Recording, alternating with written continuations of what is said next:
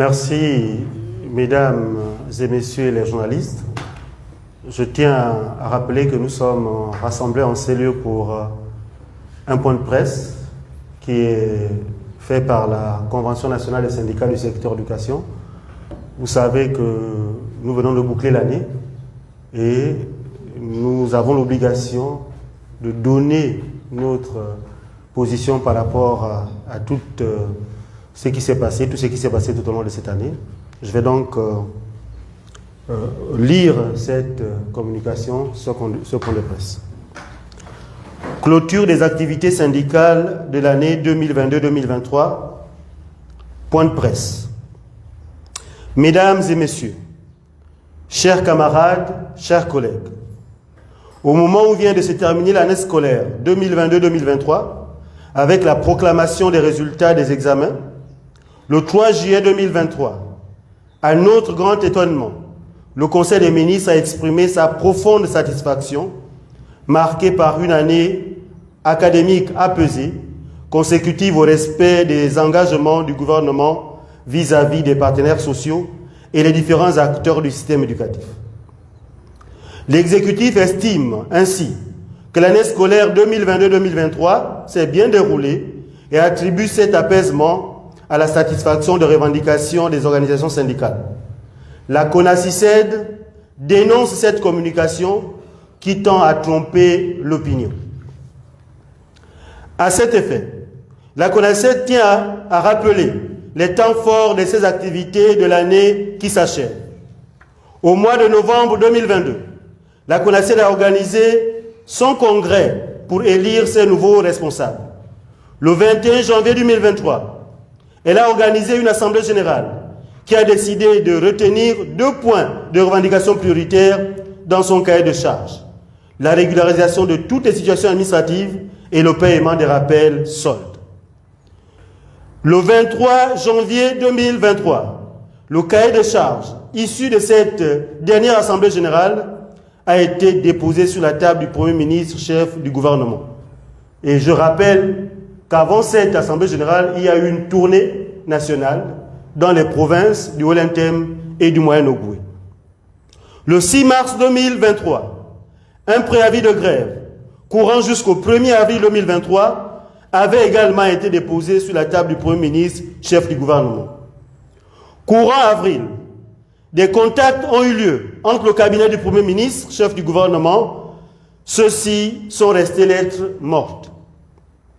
Malgré l'inaction du Premier ministre, chef du gouvernement, et le préavis de grève déposé, la CONACYCED a accepté de travailler dans le comité de suivi des conclusions du dialogue social qui a tenu sa première réunion le 3 mars 2023.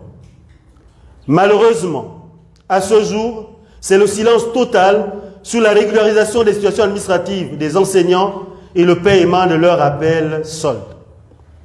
La CONACYCED est donc surprise d'apprendre par le communiqué final du Conseil des ministres du 3 juillet 2023 que le gouvernement a répondu aux préoccupations des partenaires sociaux. La CONACYCED précise que la sérénité vantée par le Conseil des ministres ne tient pas à ces contre-vérités, mais plutôt à la disponibilité des organisations syndicales pour un dialogue constructif. C'est ainsi que la CONACYCED a organisé un recensement des agents en attente des situations administratives, dont plus de 9000 ont été enregistrés. Les fichiers physiques et numériques ont été transmis au gouvernement. Le silence est la seule réaction enregistrée à ce jour.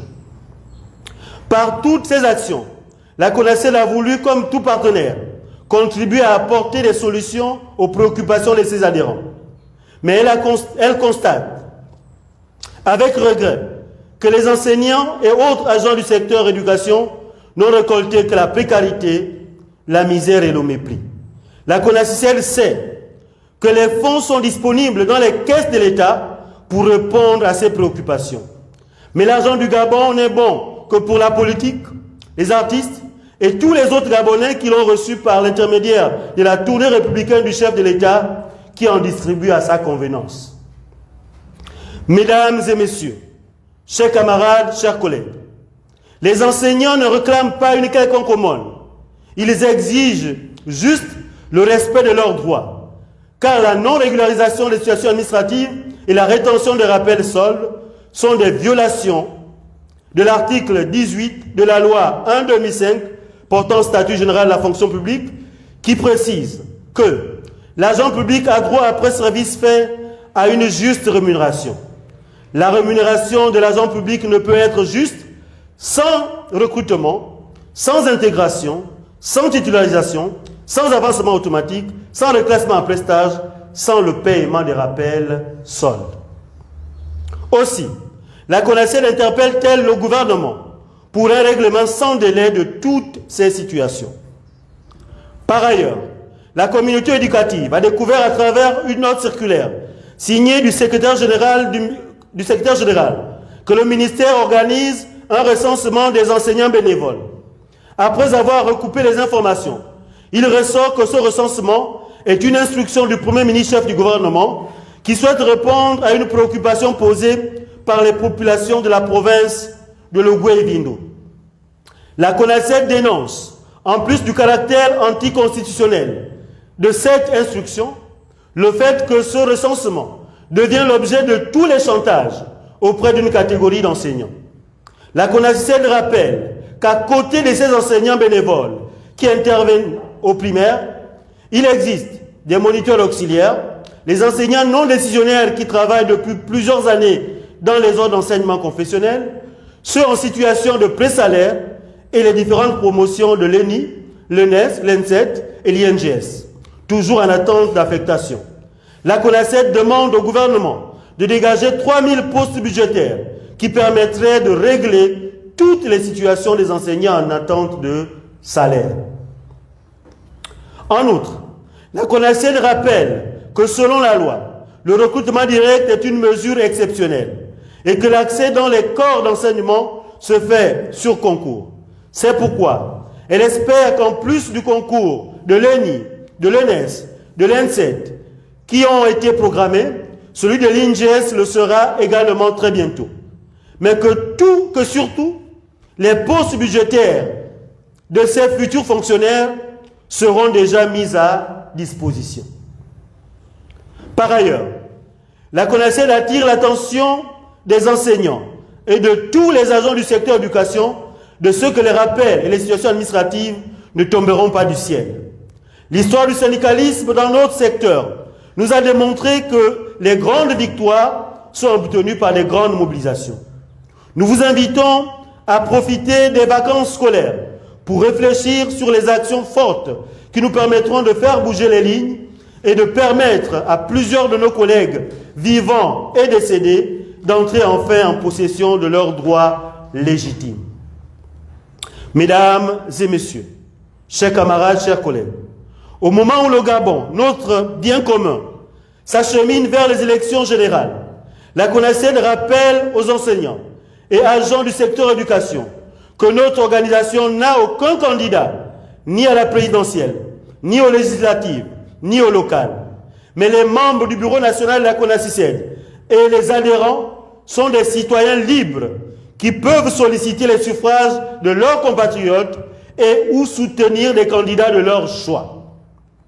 Toutefois, nous avons le devoir moral de vous rappeler qu'une fois dans l'isoloir, nous avons l'obligation de nous souvenir de nos situations administratives et de nos rappels. En ce qui concerne notre appréciation du déroulement des examens et la promotion des pratiques contre nature dans le système éducatif gabonais, la CONACED se réserve le droit d'apporter une réponse opportune à la rentrée syndicale prochaine. Bonnes vacances syndicales à tous. Je vous remercie.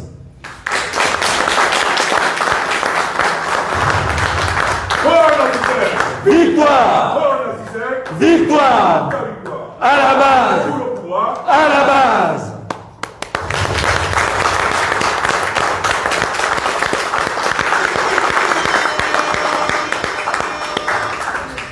Merci. Merci beaucoup.